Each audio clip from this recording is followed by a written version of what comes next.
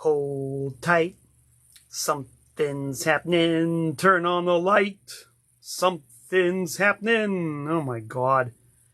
There's some guy singing a Peter Frampton song right now. And you can't even see him. All you can see is this clever clapboard for a thing that says Tent Talks Tunes.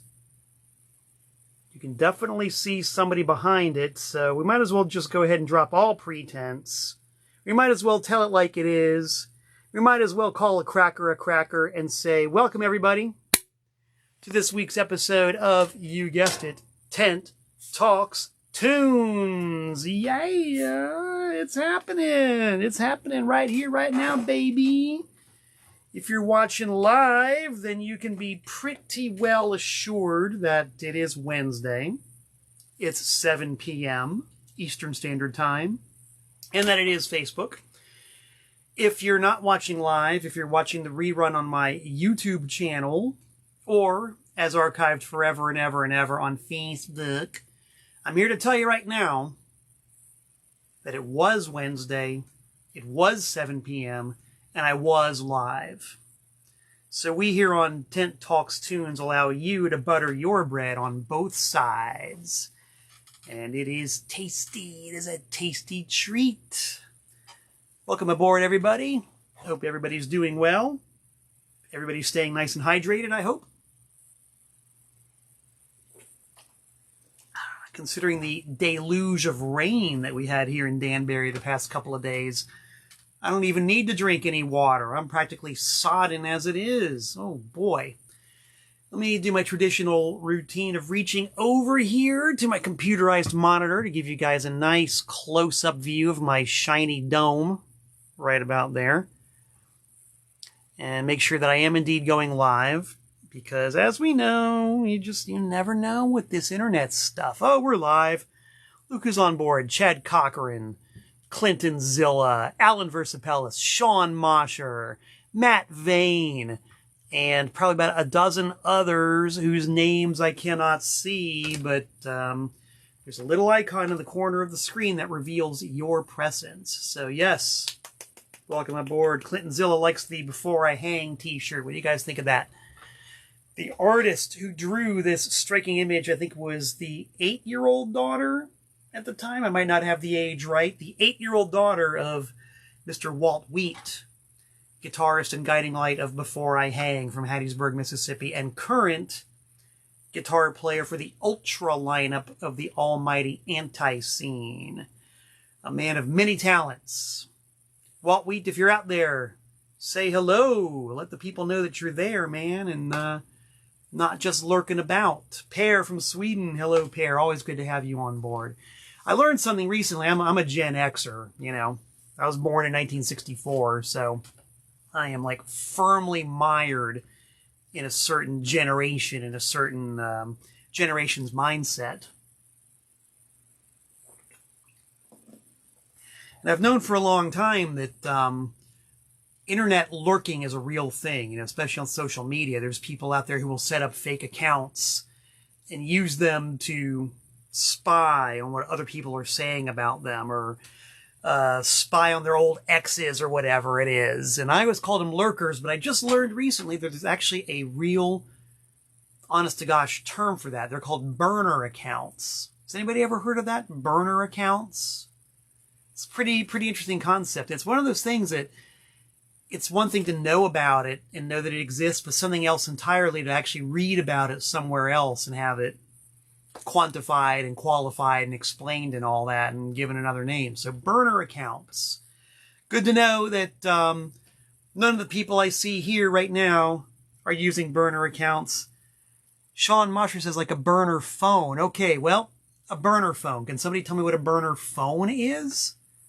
Is it a fake phone? Nick Chalsulo, you have a child who's of a certain age. Are you cognizant of this terminology? Do you know exactly what it is that I'm talking about? A burner phone? Please, people, let me know. I cannot stand to be twisting in the wind of ignorance like this. It's painful. Painful. Let's see, people are commenting on that. It's a phone that the drug dealers use. Okay, got it. To hide activity. Thank you, Sean, and thank you, Clinton. Nick says that video gamers do it too. Yes. It's a treacherous world out there on the internet. It's okay, but I like it here better, where everything is 3D. This is what you see. This is what you get. You know what I mean? Tangible objects, even if they are 3D printed, maybe. This is the real stuff. There's no doubt. If you can hold it in your hand, see it, smell it, feel it, taste it, squint at it, whatever it might be. Oh my God. Nick Stone, what do you got to say, Nick? Basically a Family Dollar style flip phone, usually a track phone. Yes, cheap and disposable, no doubt, no doubt. By the way, Nick Chalsula, if you're there, I need to talk to you about some business. We need to set up a phone conversation about things relating to Devo, devotional, and devoted. So hit me up at some point, my man. We got to go yak and talk about this stuff.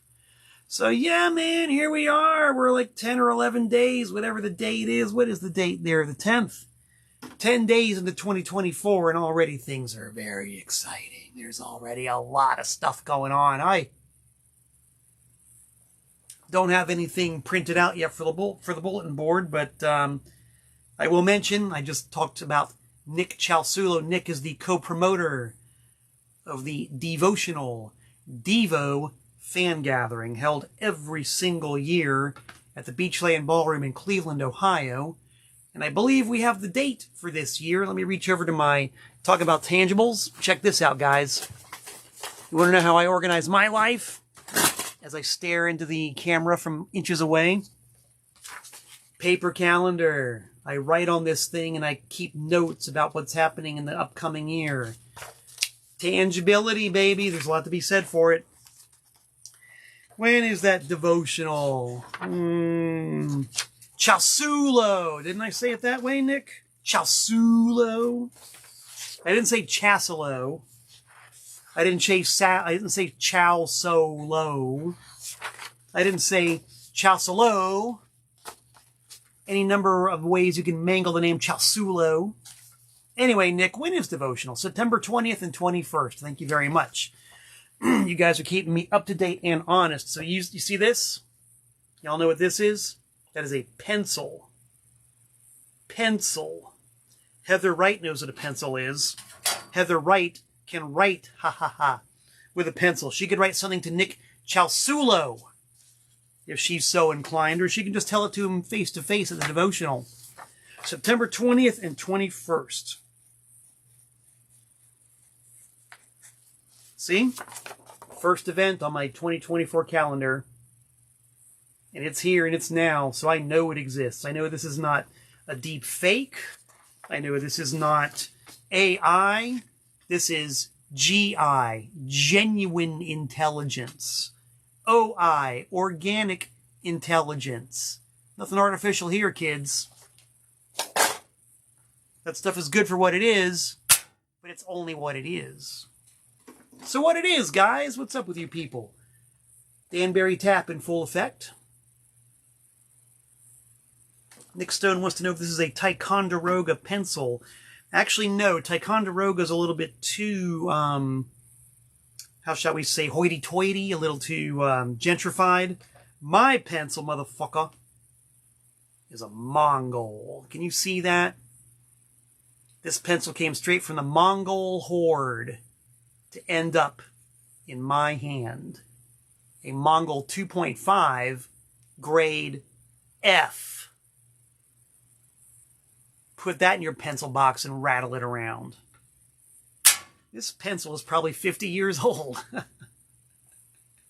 Does anybody have any knowledge? I'll bet there are people out there who are pencil aficionados, pencil collectors, pencil fetishists, who could probably tell me everything there is to know about this pencil by looking at the marking, by the typeface, by the design layout, by the shade of the paint, by the style of the eraser holder, by the color of the eraser rubber.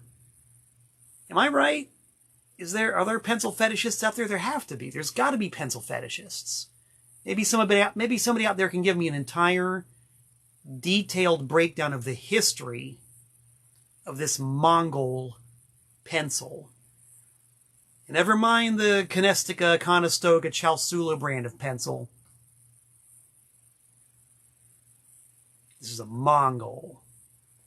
And it probably is indeed, as Nick says, powered by actual 24 karat lead, as opposed to that genetically modified, 3D printed, AI generated garbage pencils that the kids today have.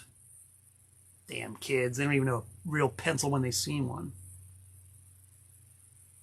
When you put this sucker in a hand cranked pencil sharpener, it smells like cedar, not plastic.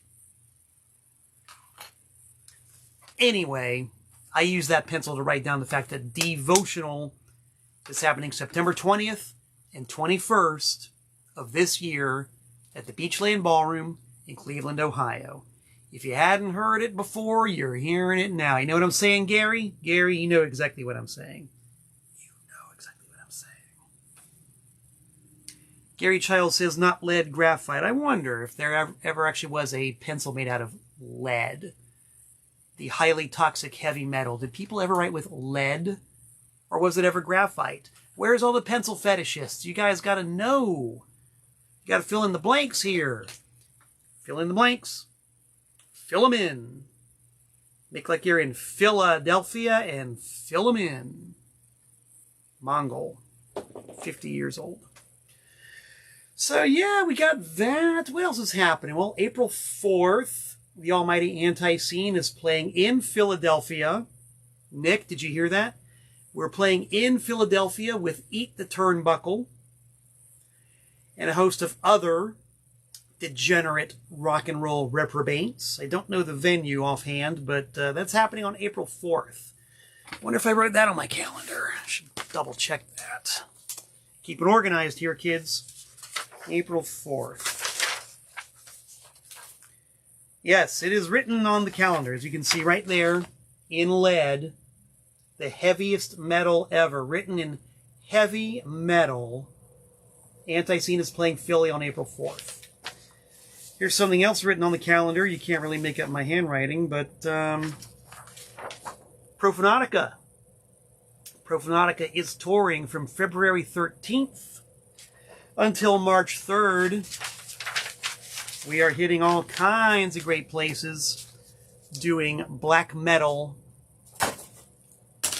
Profanatica are the originators of U.S. black metal, and I am currently playing bass with them. So between February 13th and March 3rd, you will have ample opportunity to see me strumming the Thunda Lumba with Profanatica. Dates have been posted. Just look up Profanatica 2024 Tour. You'll find out everything you ever wanted to know about it and probably more. Probably a lot more. Oh my God. Comments are blowing up here. I don't know. This is good. I'm glad to see that we are truly interactive here on Tent Talks Tunes tonight. Sean Mosher says, no Connecticut show. Not yet. We're trying. We're really trying. There's a venue that has expressed interest and a promoter that's definitely into it. But the venue's not big enough. We need something a little bit bigger than this one venue that has reached out to us. So, you know, the booking agent's in charge of that. I'm just the bass player. I really don't have anything to do with that. So who knows? But I have definitely lobbied hard to get a Connecticut show for Profanatica. So we'll see. Keep an eye on all social media. Mine, Profanatica's, wherever the elite meet to greet and talk about U.S. black metal. So that's a basic summation of the bulletin board, I think, other than the usual hype for my YouTube channel and for me. And, of course, my Discogs, eBay, and Bandcamp for my fabulous label, TPOS. Pay attention to this stuff. It's very important. I'm up to 258 releases now. The latest of which is a wonderful CD by the lovely and talented Pissy Chrissy. This is called Mind Cavity Seepage. It's an 11-song mini-album lyrically written by Pissy Chrissy, music written by me on 8 of the 11 songs. She does live up to her name. She is pissed off, and her name is Chrissy. Limited edition of 30, hand-numbered by Pissy Pissy Chrissy herself. And if you buy one from me, I'll autograph it as well if you want. TPOS number 258. And TPOS number 252 is the latest brand new full-length album by my good pal Tim Holhouse from England. This guy is a jolly troubadour. He travels all over the world playing his music. And this is his brand new album. This one's right side up. This one's upside down. This one is an album. This is a CD. Loved him. I've traveled all over the US and Europe with this guy. I recommend it. It's got an exciting new TPOS logo as well. Green vinyl pressed in the UK. Don't delay. Act today. We got some stuff from the mail, kids. Thank you, Heather. Heather is an artist. Heather, you are an artist, so you would know good cover art when you see it. I don't know who painted that. I'm sure there's credits for it. Let's see who's the artiste on the front cover of the Tim Holhouse album. It doesn't say. I would classify that as a faux pas, I think. Oh no, artwork by Benjamin Butta. Benjamin Butta did the front cover art. There's his credit on the cover, along with other credits. Are you people like me? Do you guys really enjoy reading the credits on albums? I love the credits. I really do.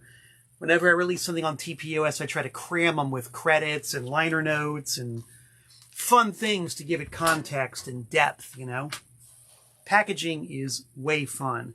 True fact that I actually take more joy in the production of the item than in actually having it in my hand. Because the production and, you know, doing the layouts and the recording and the graphics and all that, that's the fun part. The hard part is selling it. I don't enjoy selling these things. I really don't. It's so ironic considering that I've made my living for the past 38 years by selling stuff and by releasing stuff on the label. But I really don't enjoy selling it. You know, if I could at all get away with doing the layouts and the graphics and the production and everything that's involved in making it and make my living just by doing that, I'd be so happy. I would be delighted if I could do just that. You know, to do all that, hold the finished product in my hand, and then just be done with it. You know, put them in a box and forget about them and move on to the next one. Unfortunately, you can't do that. One does have to sell. I would have 14 or 15 warehouses full of records, tapes, and CDs right now if I didn't sell them. And of course, you got to make the money in order to move on to the next project. So that's the way it goes. Tim, Pissy Chrissy, I don't enjoy selling these things, but I want you people to buy them because they're great, because I love them, and because the funds will allow me to move on to the next project, of which there are many, many, many, many. Heather says she's done a couple of album covers. You want to post them? Let's take a look. Show the people what your art is made of, Heather. We want to know. I want to know. I want to see it. Links, please.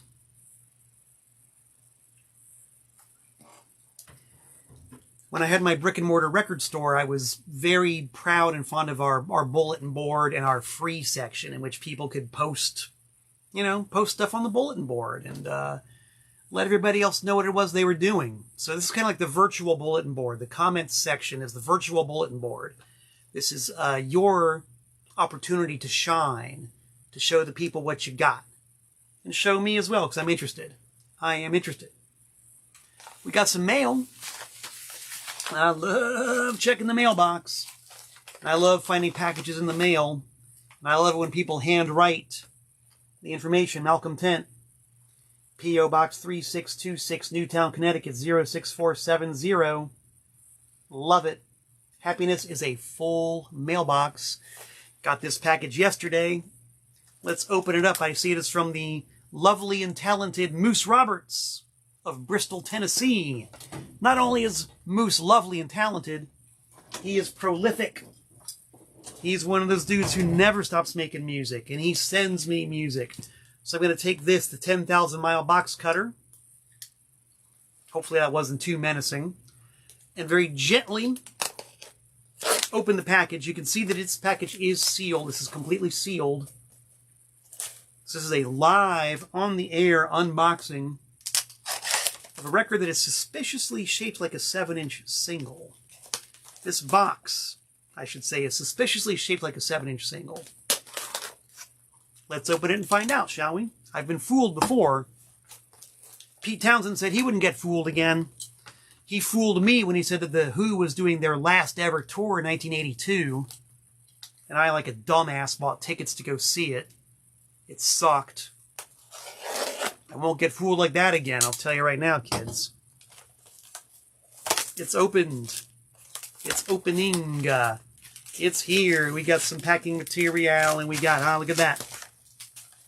Not one, but two. Two cassettes. Hot Dog Man by Moose Roberts.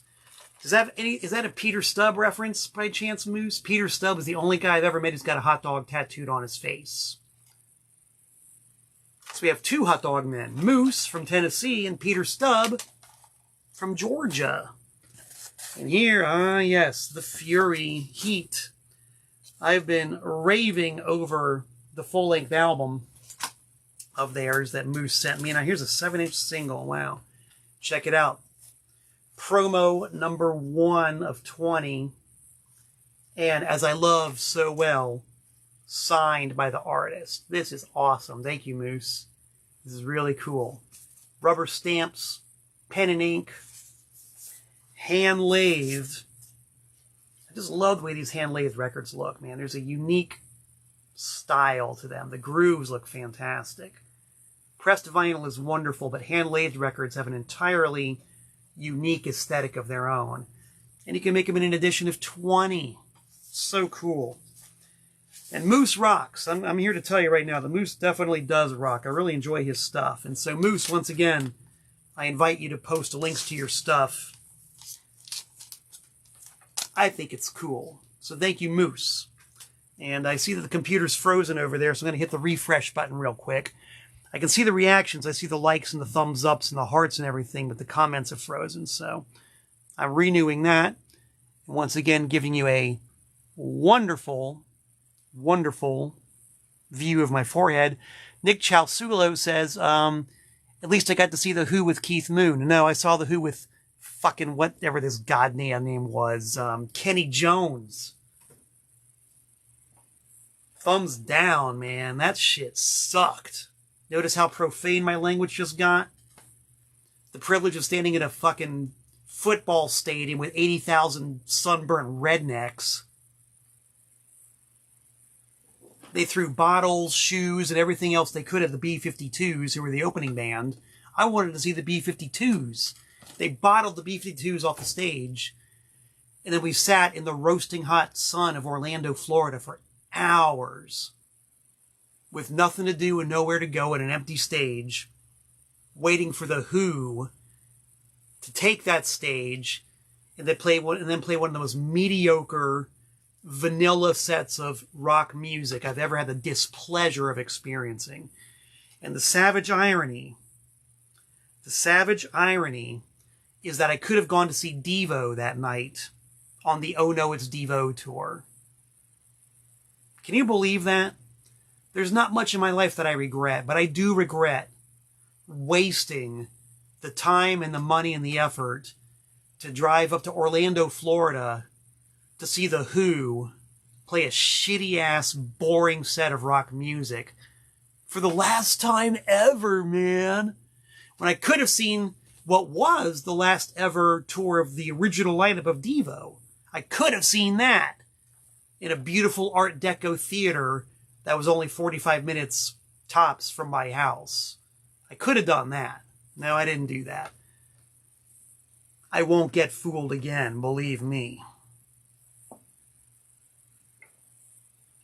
Anyway, what else we got in the mail? Well, here's a very attractive package from Lansing, Michigan. More handwritten addresses. Malcolm 10, P.O. Box 3626, Newtown, Connecticut. Nick wants to know... Nick wants to know if that was the worst live gig I ever saw. No. I will tell you what the worst live gig I ever saw is. Do people want to know? I mean, we're sort of going off on a tangent here, but that's kind of what Tent Talks Tunes is all about. Does anybody want to know what is the single worst live gig I ever saw? I know exactly what it is. And luckily, the list of bad live shows I've ever seen is very short. It's a very short list. I've only honestly seen a couple that just really flat out sucked. The Who, in 1982, on the It's Hard tour, in a football stadium with a bunch of sunburned rednecks, was definitely one of the worst. But not the worst. Nick Stone wants to know what was the worst gig I ever saw. And Nick Chalsulo broached the subject. So for Nick, and I thought I did see a flurry of thumbs ups. For Nick, I'm going to tell you what the worst show I ever saw was. Are you ready for this? Cat Power.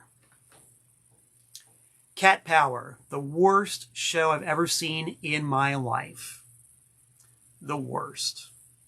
Now, we all know, everybody knows, Jan Marshall, aka Cat Power. She's got her problems. She's built a lot of her art upon the problems she has. We all know that. Daniel Johnston had a lot of problems. Sid Bear. I mean, you go right down the line. The thing is, if you're a performer and you're going to hit the stage and you're going to charge people money to see a performance and you're going to go through the whole routine of performing live in public, I don't care what anybody says. I don't care what your problems are. Axl Rose, are you listening to me? I don't care about any of that. I'm speaking as the consumer. The dude who laid down the good money. And in my case, I drove almost 2 hours to see this show, way up in Hudson, New York, from where I am. I drove a long way to see this woman play her music in a small little pub in Hudson, New York. And I don't know if she was drunk or if she was off her meds or if the cocktail wasn't right. I don't know. But imagine, if you will, 2 excruciating hours of one person on a stage, starting a song, getting about a minute into it and being, oh no, I'm sorry, I can't do this one tonight, guys. I can't feel, I'm just not feeling it. I'm sorry. And then doing like a little dance and then turning around and talking to somebody who wasn't back there and saying, oh, they're here. They're here. And doing a little dance and then trying to start another song. I think she probably did play a few, she probably made it through a few, but even then it wasn't that great. It was not that great. I'm sorry. And I can only hope that she's gotten it together since then. And I don't wish ill upon anybody. I can only hope she's gotten it together since then, and that whatever it is that she needs to function correctly and to do a show, I hope she got it together. Best wishes to you, Cat Power, Chan Power, Cat Marshall, Chan Cat, Marshall Power, whatever the hell you are. Good luck and Godspeed. But that night, flat out, sucked. And I would have left. I would have gone home if I hadn't driven a full damn 2 hours to see this mess. I was like, you know what? 2 hours up, 2 hours back. I'm going to get my money's worth one way or another. I'm going to sit this thing out. And I'm going to see the whole damn thing no matter what. I'm a stubborn kind of fella, as they said at Motown offices. So yeah, that's the worst damn show I've ever seen in my life. Cat Power. And that was in the early 2000s. And I have no desire whatsoever to hear another note of her music ever again. You asked? That's the story. Heather Wright says no one threw bottles. No, it was this room full of students from Bard College just sitting there worshiping at her feet. Like this was the best thing they'd ever seen, Maybe it was for them. Like I said, I'm a Gen Xer. I don't know. I grew up in a different era. I grew up in the era when you hit the stage and you gave it everything you got. Maybe she was giving it everything she got. No one threw bottles. They all loved her. It sucked. Anyway, what's in this envelope from Lansing, Michigan? I don't know. Ah, right off the bat, I see some very classy stickers with a personal inscription. Thank you for all the tunes from my pal Pete. Thank you, Pete. What did Pete send me? A very carefully packaged CD. I've gotten some stuff from this dude before, and I'm intrigued. This is a CD called Bridal Creeper. And right off the bat, I do detect a pun, and I love my puns. Bridal Creeper. Get it? Looks like it's hand-lettered, handwritten, handmade. It's called Debridement. And I heard the word noise bandied about in connection with this. So that right off the bat intrigues me. Anti-Scene's motto is noise for the sake of noise. And I take that literally. You guys got to remember, I'm the guy who drove down to New York City for 2 nights a few weeks ago to see Lamont Young and his disciple Jung Hee Choi play a gong for an hour. Yes. Each one of them ganged up on this gong, and each one had a bow, and they bowed that sucker for an hour. Noise for the sake of noise. Very cool. So thank you. Thank you, Pete, for the Bridal Creeper. Thank you. I will be listening to it in my car. That's the most fun place to listen to CDs. And let's see, we'll do one more. I've still got some more that I could, but I spent all this time talking about pencils and cat power and this so-called Who and art. I'm kind of running short on time here. We still got to talk about my earliest musical memories. But here's another handwritten package, Malcolm Tent, P.O. Box 3626, Newtown, Connecticut 06470, for my good pal Paulie up in Massachusetts. And this is a very tenuous Devo connection. A well-loved and respected performer at Devotional for many, many years, Professor Von Marco, has an album. It's on CD.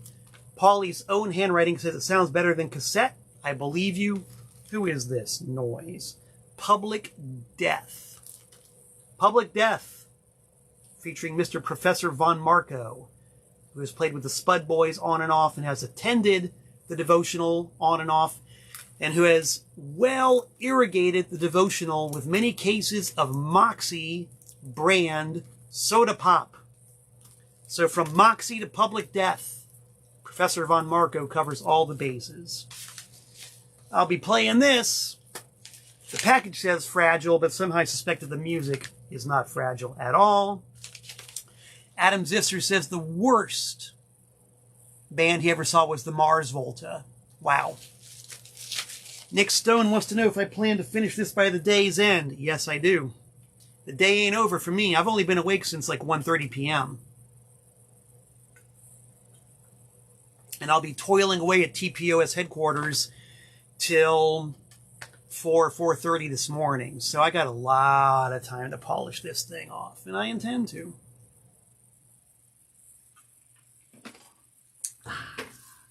Earliest musical memories. I don't know what triggered this. I don't know why I thought about this hot topic. But it was one of those deals where I was just bumbling around the house, and for some strange reason, I don't even know where these memories come from, but I started hearing it in my mind, a song that I have not heard played on the radio or anywhere in decades. In decades. But somewhere deep in the rubble of the Corpus Callosum, I heard playing just as clear as day. I have to give this the right inflection. In the year 2525, if man is still alive, In the year 3610, in the year 5555. Why is that song all of a sudden being played relentlessly in my mind? Zager and Evans, in the year 2525. Man, I'm not sure if I absolutely detest that song or if I love it. But it bubbled up to the surface completely uncalled for, completely unbidden. I did not ask to hear, in the year 2525, burrowing its way through my brain matter like an earworm. Man, oh man, oh man. Nick used to love that song. Nick Chalsulo used to love that song. I don't know, man. When I was a kid, I mean, I don't know what year that was. If anybody, if the internet research team can tell us what year that was. 68? 69? I really don't remember. I remember that I was a very little kid, and that when and you've heard me tell this story before, but you know, it's worth having the context. We lived in a small house in unincorporated northwest Dade County, Florida, and all we had was a small black and white television and an AM clock radio. And we also did have a stereo console record player. But what was usually playing during the day, when it was just me and my mom and my younger brother at home, was the AM radio, WQAM, out of Miami. My mom would turn on WQAM, and that would just play in the background all day. And so at whatever year that was, when in the year 2525 was a hit, that song would play like, you know, once an hour, I guess. And so I'd hear that song multiple times during the day. And I thought it just sounded so weird, the way those guys sang that song with that nasal inflection. And I also didn't quite understand what they said. I thought that they were saying, in the year funny five. And I thought, oh, funny five, that's kind of like Sesame Street, right? Because Sesame Street was a brand new show at the time, like the first season ever aired right around this time. So I thought they were singing about the funny number 5. Because Sesame Street had the, you know, 5 cartoons, if you guys know what I'm talking about. I thought they were singing in the year funny five, with this very strange nasally voice. Whew. And it just bubbled to the surface randomly yesterday. Torture, kids, torture. Todd Knapp, Todd Knapp, you were there, Todd, you know, 1969. Zager and Evans, in the year funny five. So that means I was either 4 or 5 years old, depending on what month of the year it was.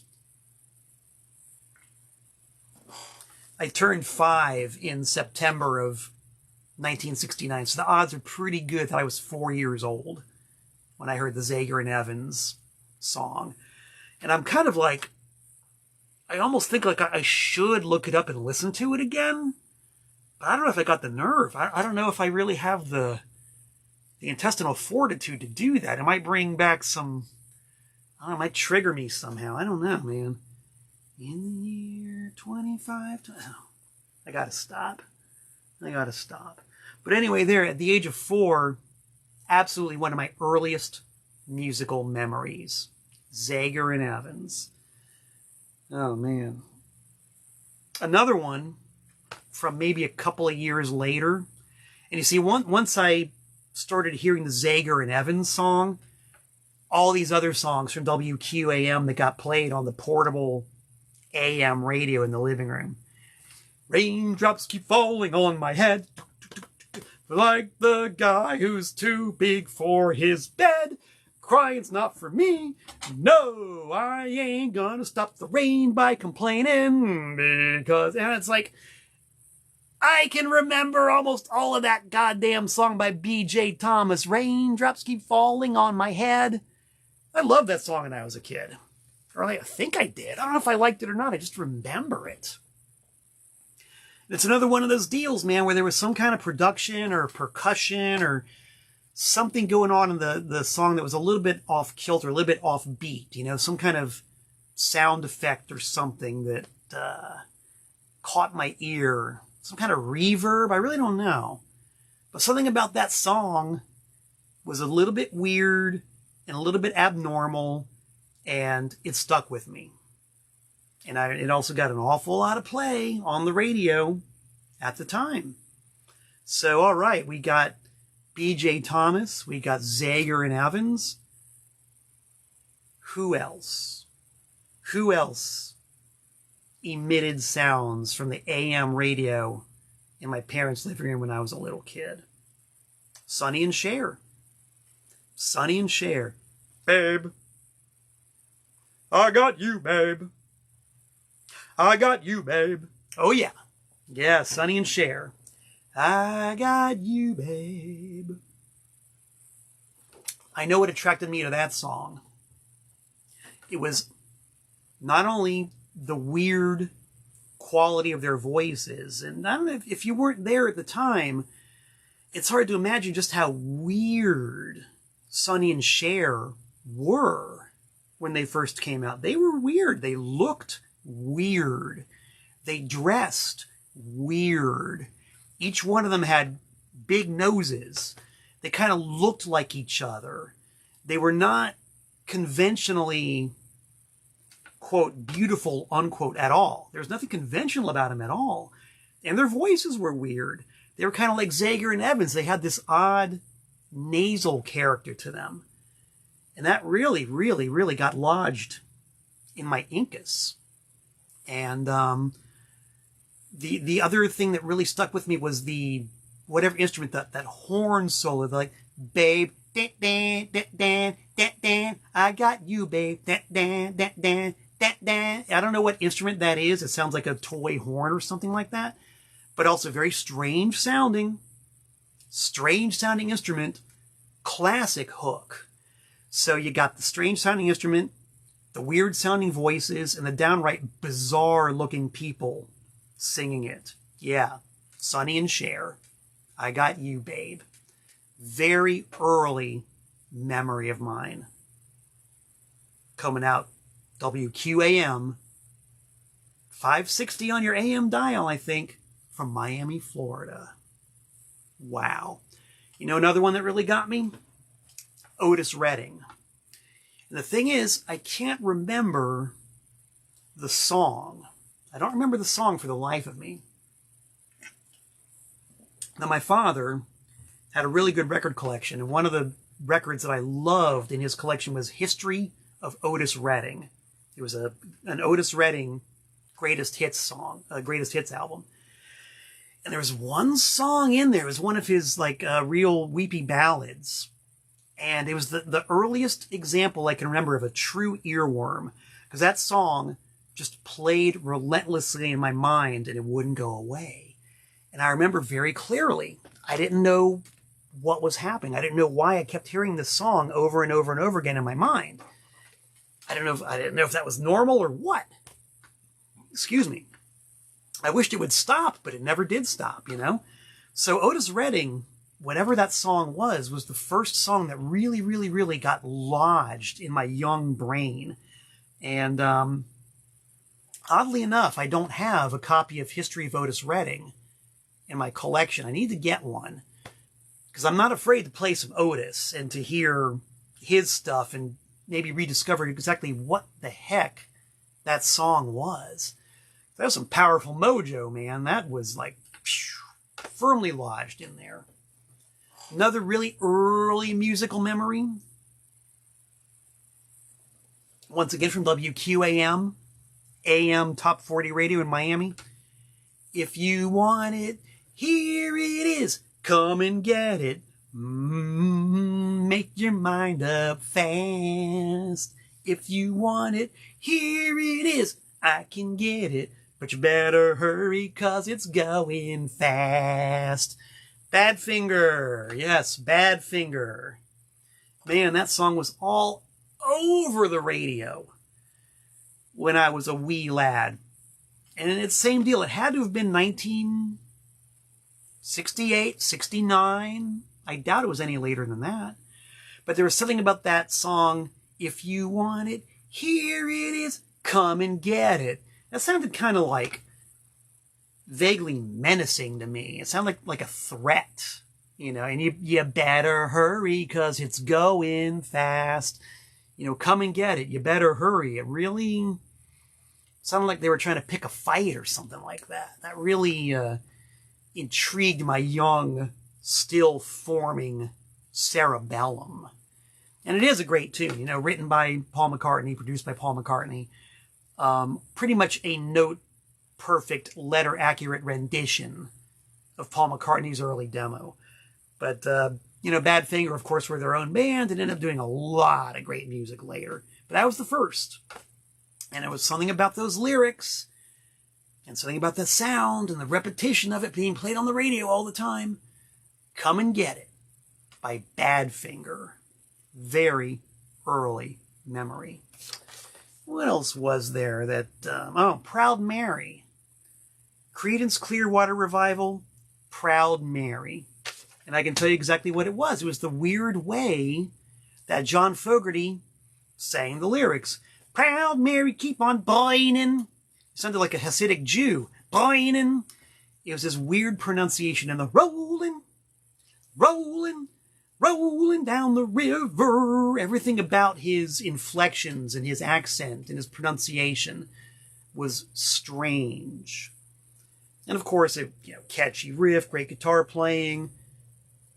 Very early memory of that song being played on the radio a lot. An awful lot. And I've told the story before, and I use this as the clickbait. I will never forget hearing this one. They're coming to take me away, ha-ha, by Napoleon the 14th. I shouldn't have to explain why that one stuck in my head.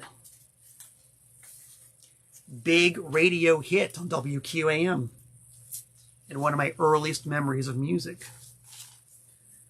Another very early memory of music that I will never forget because it is a memory, right? And you don't forget the memory, right? This came a little bit later.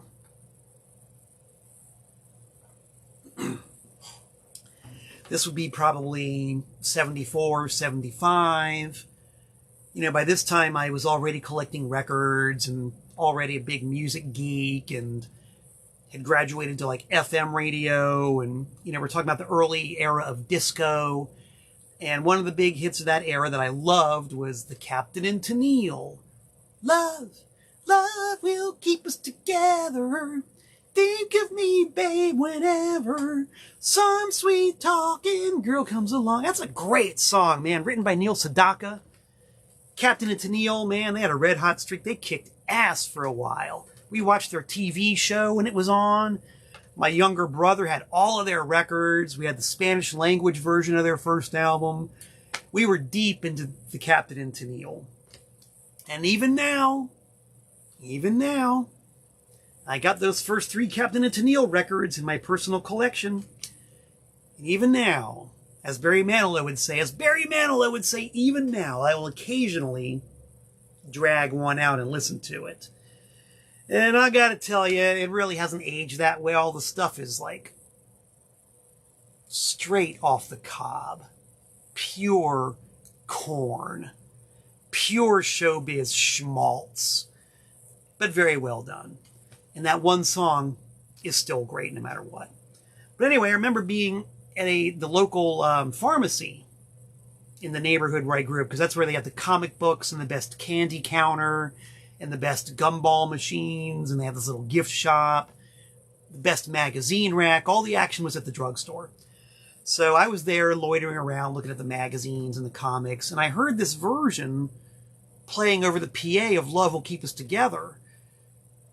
But it wasn't the Captain and Tennille.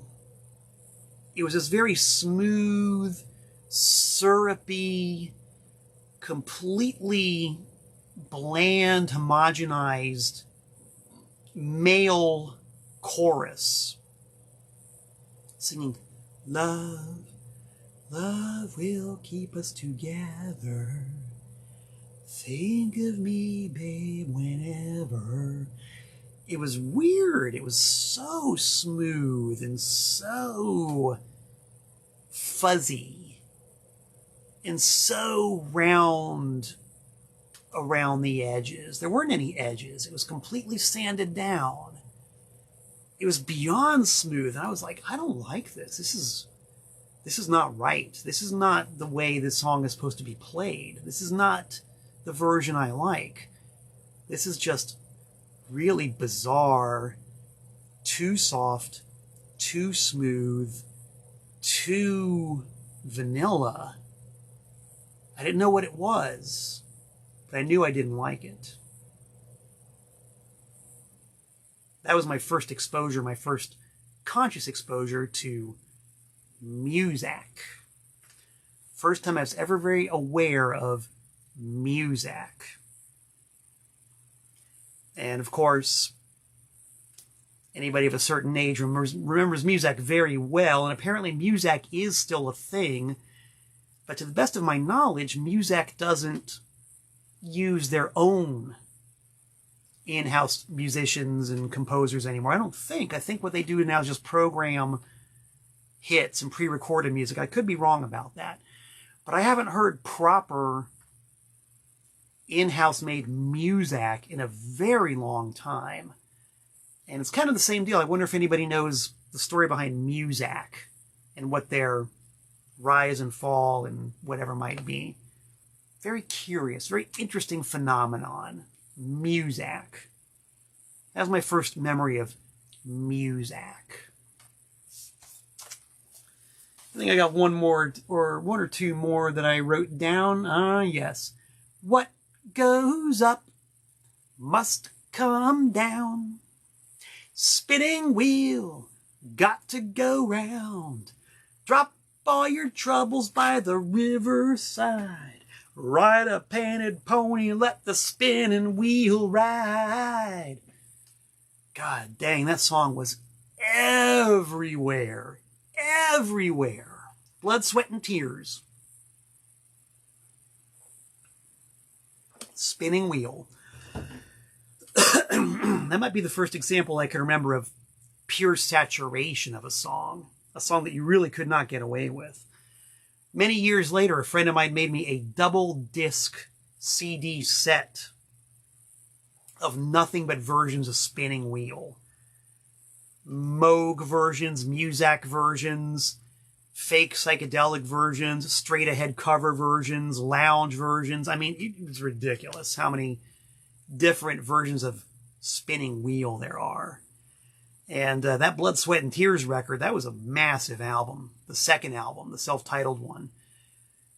The old man had it in his record collection. He played that record probably once or twice a day. So I had no choice but to have the contents of the first Blood, Sweat, and Tears record lodged into my brain. Kind of the same deal. I couldn't tell if it's really a good song or a bad song, but it sure is stuck in my mind. And yep, I don't have that one in the personal collection, and I'm not sure I want it. I got to think about that one a little bit before I take action. Gotta think about that. And the last one I can think of that also I heard on the radio when it was a massive hit, and I love the way it's gone full circle because this song in the late 1960s completely fired itself into my ear and has been there ever since. And I loved that song, and I still do, once again, because it was very bizarre, very strange. How a song like that got to be a hit, I'll never know. But it all started there, and it's come first full circle with the release of a full-length Tiny Tim record on my label, TPOS. There's the Tiny Tim record on the front. There's the back. There's the TPOS logo. The 4 or 5 year old kid in Dade County, Florida in 1968 who heard tiptoe through the window, through the garden, that's where I will be, and tiptoe through the tulips with me. Never would have dreamed that someday I would get the chance to press a record by the very same guy, by Tiny Tim. But yeah, Tiptoe Through the Tulips, that was one of those records. Excuse me again. Big hit on the radio, indescribable sound, and that's the one that got stuck in my mind. I couldn't tell you any of the other songs that I heard during those years, but Tiptoe Through the Tulips, They're Coming to Take Me Away, haha, I Got You, Babe, Proud Mary, In the Year 2525, Raindrops Keep Falling on My Head. Those are lodged in my cranium in perpetuity. And I want to thank you guys for giving me the chance to share that with you. I'm sure you guys can relate to what I'm talking about.